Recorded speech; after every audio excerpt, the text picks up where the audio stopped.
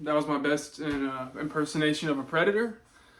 I know, it wasn't good, but just let me have it. So I just saw Dan Trachtenberg's Predator Badlands, and I had a blast. I had to change shirts because I saw the other one had some stain. I don't know. I'm pretty sure it was just water. I don't know. So I gotta say, I've never been the biggest fan of the Predator film franchise. Kill me. I've only ever seen the first one with Arnold. Prey, the last installment, also directed by Dan Trachtenberg, and now Predator Badlands. So maybe I could be a fan. I just haven't caught up on some of the other ones, like the Shane Black one, 2018. That just looked terrible. I'm probably never gonna watch that. There's a few I do still want to see. Anyways, I've never been a big Predator guy. Alien, on the other hand, that series, that franchise, that's like right up my alley, my cup of tea. Been invested ever since I first watched Alien from 1979. And Aliens, I also love Prometheus. I like Alien Covenant. I like the Alien movies. That's much more my thing over the Predator franchise. Look, even though I was never a huge fan of the Predator movies, I really liked the first one.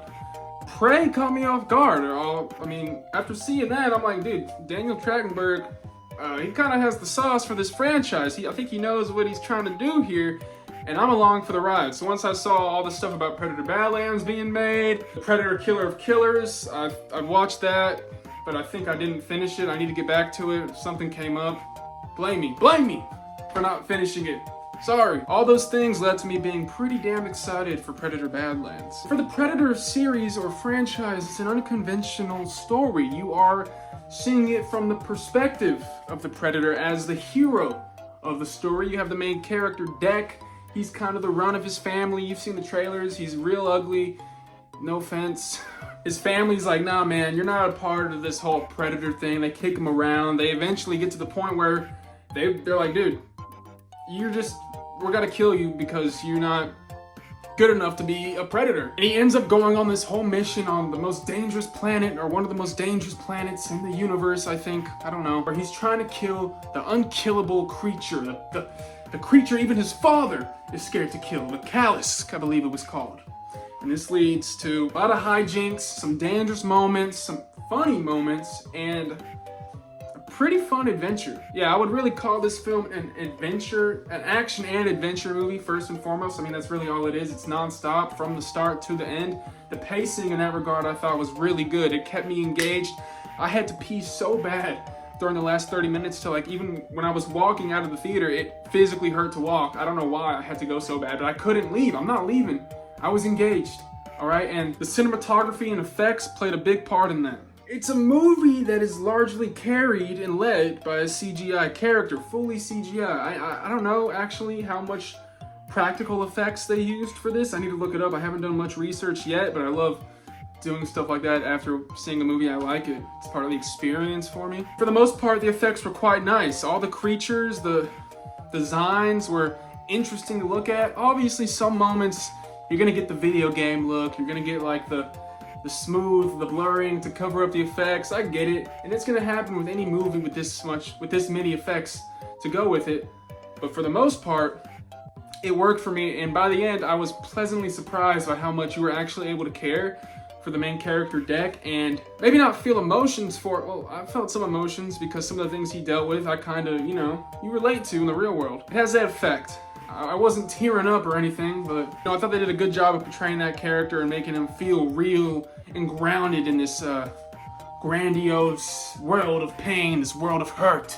And like most adventure films, your main character is gonna meet some people along the way, some good, some bad.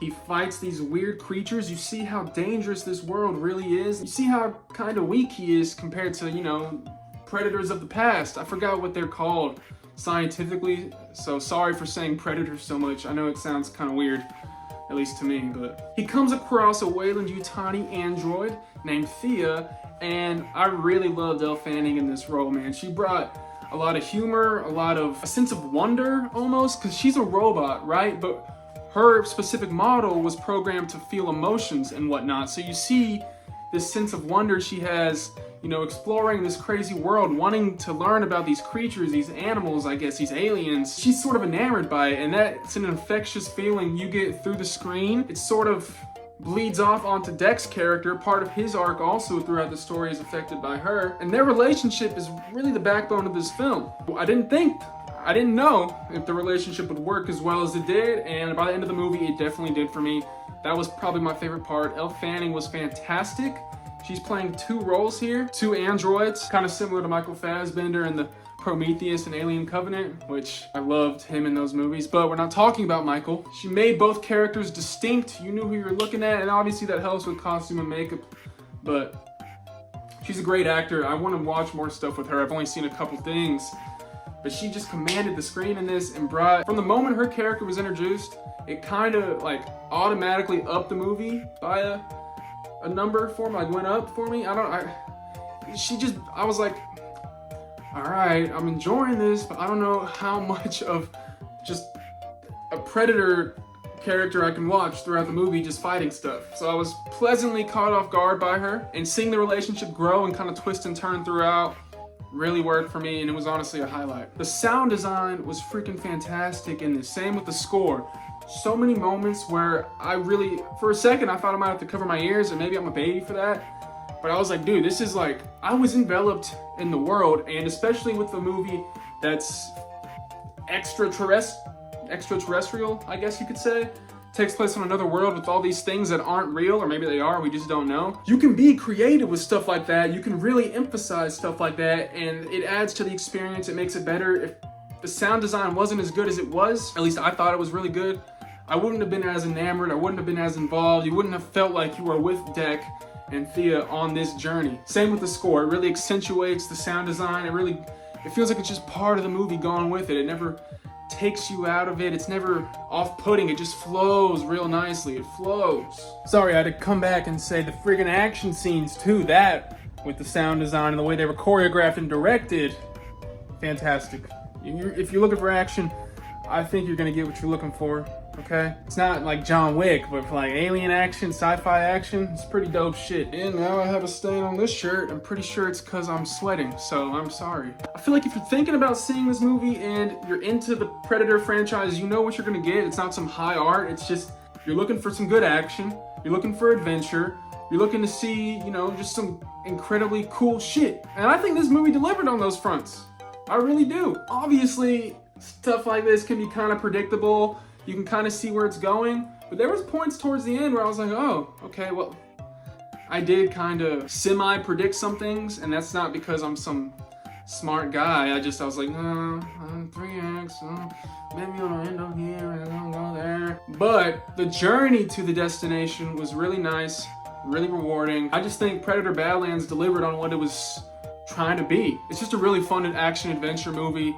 You know, you have some really nice character moments, some levity where you don't expect it. Elle Fanning is a huge part of that. The guy who played Deck, motion capture, I believe, he brought a sense of gravitas to the screen. I really liked what he did. I don't know, Dan Trachtenberg just seems like he really has this world on point. He has this world on lock. It seemed like at the end, maybe they're setting up a sequel. I don't know, but all I do know is that I would be down to see another one of these. Maybe continuing the story, or, you know, give me another story in the Predator world or the Alien world and have Dan Trachtenberg be involved. I can't even talk like I'm an expert on this franchise because, like I said, I've only seen 3 movies, including this one. But seeing this one made me want to go back and actually catch up on what I missed because, I don't know, I had a great time. It's not high art, it's not perfect. I got exactly what I was looking for, what I was hoping for, and I wasn't ever really bored. I just had to pee very freaking bad in the last act. But I'm better now. For now. So yeah. Predator Badlands kicking off this November movie month, man. I enjoyed it. Hopefully, if you saw it, you enjoyed it. If you didn't, let me know. I'd love to have discussions about stuff like that. And yeah, I'm excited to see where this franchise goes next. If it continues, I'm sure it will, because it seems like they've been having some success the past few years since Trachtenberg took over with Prey. I'm not rating it. Like I said in the last video, I'm not rating stuff anymore. But it's like the perfect movie for, you know, it's a Saturday afternoon, Sunday afternoon, maybe even a Saturday night, a Sunday night, and you're just like, let me just put something on. I don't want to think too much. I wanna just be invested in a nice story, have a good time with some characters, and see, you know, an underdog story. See a guy fighting to make his way in this world. That's really what the movie's about. They thought he was down and out, he wasn't. Predator Badlands, baby. Pretty good time at the cinema. Anyways, I'll see you guys with the next one, I guess. Bye.